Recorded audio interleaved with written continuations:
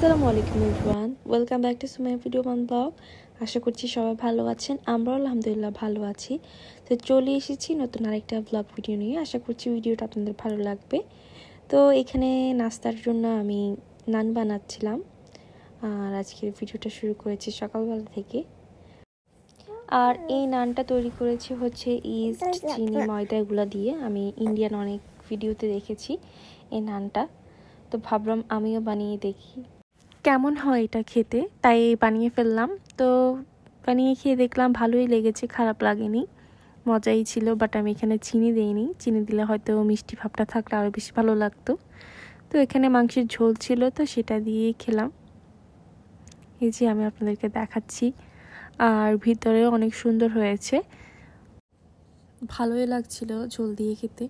আর এই যে দেখেন খুব সুন্দরভাবে হয়েছে। তো চাও খেলাম। আর আজকে দুপুরে রান্না করব হচ্ছে মুরগির মাংস। তো এখানে আমি অল্প পরিমাণে মুরগির মাংস নিয়েছি, আগের তরকারিও ছিল মাছের। তো ফার্স্টে আমি আলুটাকে ভেজে নিলাম। আর আজকে মুরগির মাংসটা একটু ভিন্নভাবে করব, মুরগির মাংসটা না ভেজে। তো আমি এখানে পেঁয়াজ, আদা, রসুন, টমেটো এগুলো পেস্ট করে নিয়েছি, যেহেতু ভাজা ছাড়া রান্না করব, কেমন না কেমন খেতে হয়, তাই সব কিছু ব্লেন্ড করে দিয়েছি। আর অল্প একটু পেঁয়াজ ভেজে দিয়েছি। এই তো সবগুলা মশলা দিয়ে এখন ভালোভাবে কষিয়ে নিব মশলাটাকে। তারপর মাংসগুলো দিয়ে দিব। প্রত্যেক সময় তো একইভাবে খাওয়া হয়, তাই ভাবলাম আজকে এভাবে খেয়ে দেখি কেমন লাগে। তো ভালোই ছিল, মাংসটা অনেক বেশি সফট ছিল না ভাজার কারণে। আর আমি এখানে টক দইও দিয়েছিলাম অফ ক্যামেরায়, তো সেটার ভিডিও নিতে পারিনি।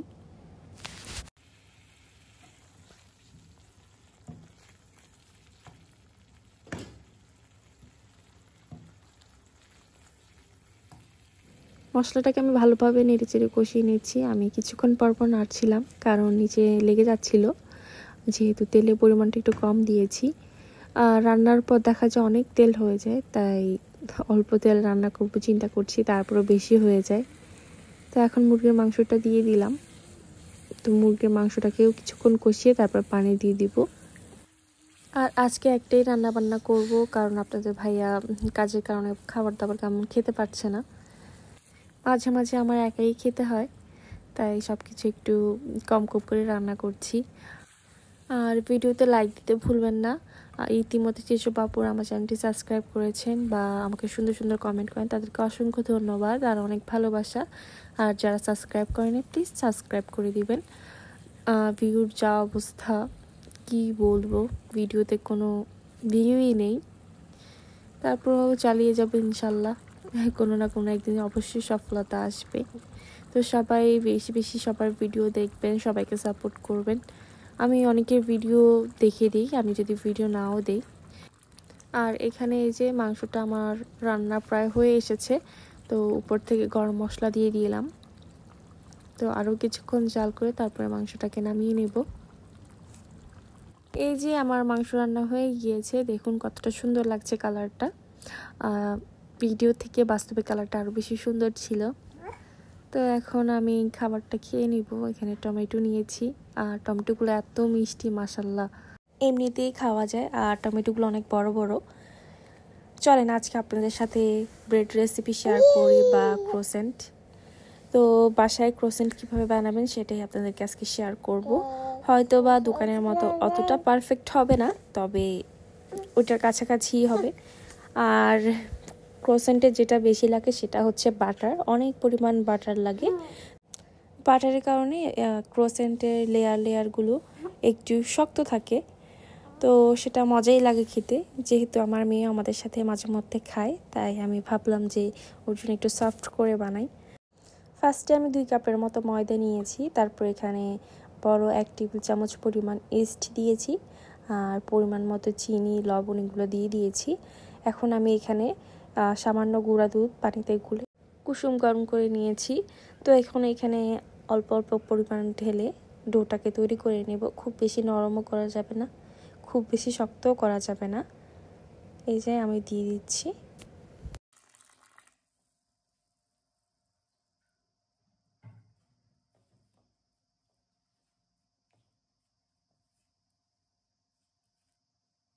ভালোভাবে কিছুক্ষণ মথে নেওয়ার পর আমি এখন এটার মধ্যে বাটার দিয়ে দিব।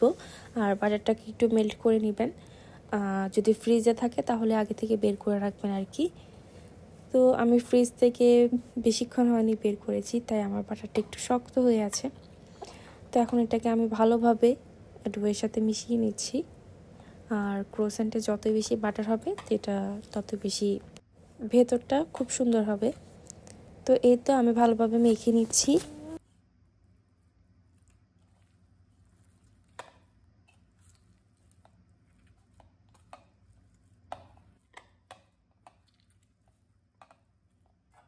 আমি ডোটাকে ভালোভাবে মেখে নিচ্ছি, একদম ভালোভাবে অনেকক্ষণ মেখে তারপর এটাকে 20 থেকে 30 মিনিটের মতো রেস্টে রেখে দেব। এটা যত ভালোভাবে মথা হবে তত বেশি সুন্দর হবে। আর যদি আপনারা বন বানাতে চান সেক্ষেত্রে তেল বা বাটার কোনো কিছুই দিতে হবে না। পানিকে হালকা গরম করে তারপরে ডোটা করে নেবেন। ইস্ট, চিনি যা যা লাগে, যদি গুঁড়া দুধ দিতে চান গুঁড়া দুধও দিতে পারেন, আর যদি লিকুইড মিল্ক দিতে চান সেটাও দিতে পারেন। এখানে আমি কিছুটা বাটার আর ডিম নিয়েছি। আপনারা যদি বন বানাতে চান তাহলে তেল বা বাটার কিছুই দিতে হবে না। কুসুম গরম পানিতে ইস্ট, চিনি, ময়দা এগুলো দিয়ে দিবেন। আমি এখন যেভাবে ডোটা তৈরি করেছি ওভাবে করে নেবেন, তাহলে খুব সুন্দরভাবে বন তৈরি হয়ে যাবে। আর যদি ভিতরে স্টাফিং কিছু দিতে চান তাহলে সেটাও দিতে পারেন। তো এই তো আমি এটাকে গোল গোল করে রুটি বেলে নিচ্ছি। আসলে এটা বানানো অনেক বেশি ভেজাল বা প্যারা। যদি প্যারা না করতে চান তাহলে পরোটার মতো বেলে বেশি পরিমাণে বাটার দিয়ে আবার পরোটার মতো করে বেলে যে কোনো শেপ দিয়ে বনগুলো বানিয়ে নিতে পারেন বা ক্রোসেন্ট। তো এই তো আমি একটা একটা করে বেলে বাটার লাগাচ্ছি, আবার একটার উপর একটা দিচ্ছি, এরকম করে আমি এটাকে বানিয়ে নিচ্ছি।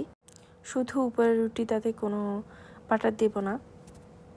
আর বাটার দেওয়াতে একটা খুব সুন্দর একটা স্মেল আসে খাওয়ার সময়। তো এই যে আমি সবগুলো রুটি বেলে নিয়েছি। আর চেষ্টা করবেন সবগুলো রুটি এক সমান করে বেলার। আমার মাঝে মধ্যে কোনোটা বড় ছোট হয়ে গিয়েছে, আসলে আমি মনোযোগ রাখতে পারছিলাম না। আমার ছোট বেবি আছে, জানেন আপনারা সবাই, তো কান্নাকাটি করছিল, তাড়াহুড়ো করে করছিলাম। আমার বাসায় বন বা কোনো ভারী নাস্তা বানাতে গেলে আমার অনেক প্যারা হয়ে যায়, কিন্তু আপনাদের ভাইয়া এগুলো খেতে অনেক বেশি পছন্দ করে, তাই আমি বানাই। সে মানা করে যদি কষ্ট হয় না বানাতে, তারপর আমার কাছে ভালো লাগে যেহেতু পছন্দ করে। পরিবারের মানুষের যদি কোনো কিছু পছন্দ হয় এরকম, তো সেটা বানাতেও ভালো লাগে। এই যে আমি বাটার দিয়ে একটার উপর একটা রুটি দিয়ে দিচ্ছি। এখন আমি এটাকে পরোটার আকারে বেলে নিচ্ছি। আর যেহেতু আমি রুটিটাকে গোল করে বেলেছি তাই আমাকে আবার কাটতে হয়েছে, আমার এটা প্রপার পরোটা শেপে হয়নি। আর সাইডটা কেটে নিলে ক্রোসেন্টগুলো খুব সুন্দরভাবেই হবে। এই যে, আর আটাটা এত বেশি সফট ছিল, বেলতে অনেক বেশি ভালো লাগছিল। এই যে এখন আমি সাইডগুলো কেটে নেব। আমি দুই পাশই কেটেছি, আর দুই পাশ কাটিনি। আমার কাছে মনে হচ্ছে এত প্যারা না নিয়ে বানিয়ে ফেলাই ভালো। আপনারা চাইলে সৌন্দর্যের জন্য চারপাশই কাটতে পারেন। এই তো এখন আমি ক্রোসেন্টগুলোকে বানিয়ে নিব। আপনাদের পাশে যদি পিৎজা কাটার বা পিঠা বানানোর কাটার থাকে তাহলে খুব সুন্দরভাবে আপনারা এই ক্রোসেন্টটাকে কেটে নিতে পারবেন বা শেপটা কেটে নিতে পারবেন। তো আমার কাছে ওগুলো ছিল না, তাই আমি ছুরি দিয়ে যেভাবে পেরেছি ওভাবে কেটেছি। তো কয়েকটা সুন্দর হয়েছে, কয়েকটা সুন্দর হয়নি। বাসায় তো খাবো, তাই আর এত ঢং করে লাভ নাই।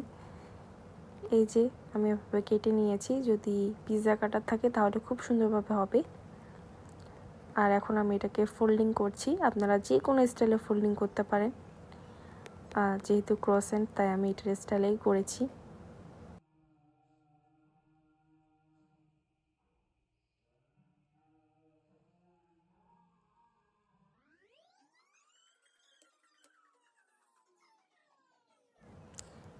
এখন আমি এগুলোকে বেক করে নিব। তো আমার বাসায় একটা ঢাকনা টাইপের ছিল, তো সেটার মধ্যে আমি বাটার ব্রাশ করে নিচ্ছি। আমার কাছে ওভেন ট্রে আছে, তারপর আমি এটাতে করি, যেহেতু অল্প পরিমাণে, তাই ভাবলাম এটাতেই করি। আমার কাছে এটাতে করতে ভালো লাগে, অল্প জিনিস হলে খুব সুন্দরভাবে হয়ে যায়। তো যাই হোক, তো সবগুলোর উপরে এখন আমি ডিম আর কিছুটা বাটার লাগিয়ে নিব, যাতে কালারটা খুব সুন্দর আসে। আর ওভেনে আমি 180 ডিগ্রি সেলসিয়াসে এগুলোকে বেক করে নেব। এখনই দেখতে অনেকটা সুন্দর লাগছে।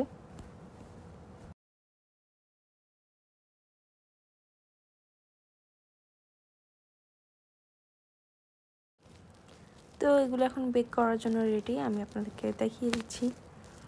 এখন এগুলোকে আমি ওভেনে দিয়ে দিব। এই যে বেক করা হয়ে গিয়েছে, দেখেন কতটা সুন্দর হয়েছে। আমি যদি আরও কিছুক্ষণ রাখতাম তাহলে এটা ভেতরটা একটু ক্রোসেন্টের মতো শক্ত হতো, কিন্তু আমি খুব তাড়াতাড়ি নামিয়ে ফেলেছি। আর আপনারা যদি আরও কালার আনতে চান তাহলে আরও সময় নিয়ে এটাকে বেক করে নিতে হবে। দেখেন কতটা সুন্দর হয়েছে। তো এখানে আমি খাচ্ছিলাম আর আমার ভেতরে বাটারের পরিমাণটা অনেক কম হয়েছে, আমার কাছে মনে হলো যেটা, সেজন্য ক্রোসেন্টের যে ভেতরে জালি ভাবটা এটা কম লাগছে বা শক্ত ভাবটা একটু কম হয়েছে। এভাবে খেতে অনেক মজা। তো আমি 1 কাপ চা নিয়ে নিয়েছি আর ক্রোসেন্ট। তো সবাইকে আল্লাহ হাফেজ, আসসালামু আলাইকুম, দেখা হবে নেক্সট ভিডিওতে।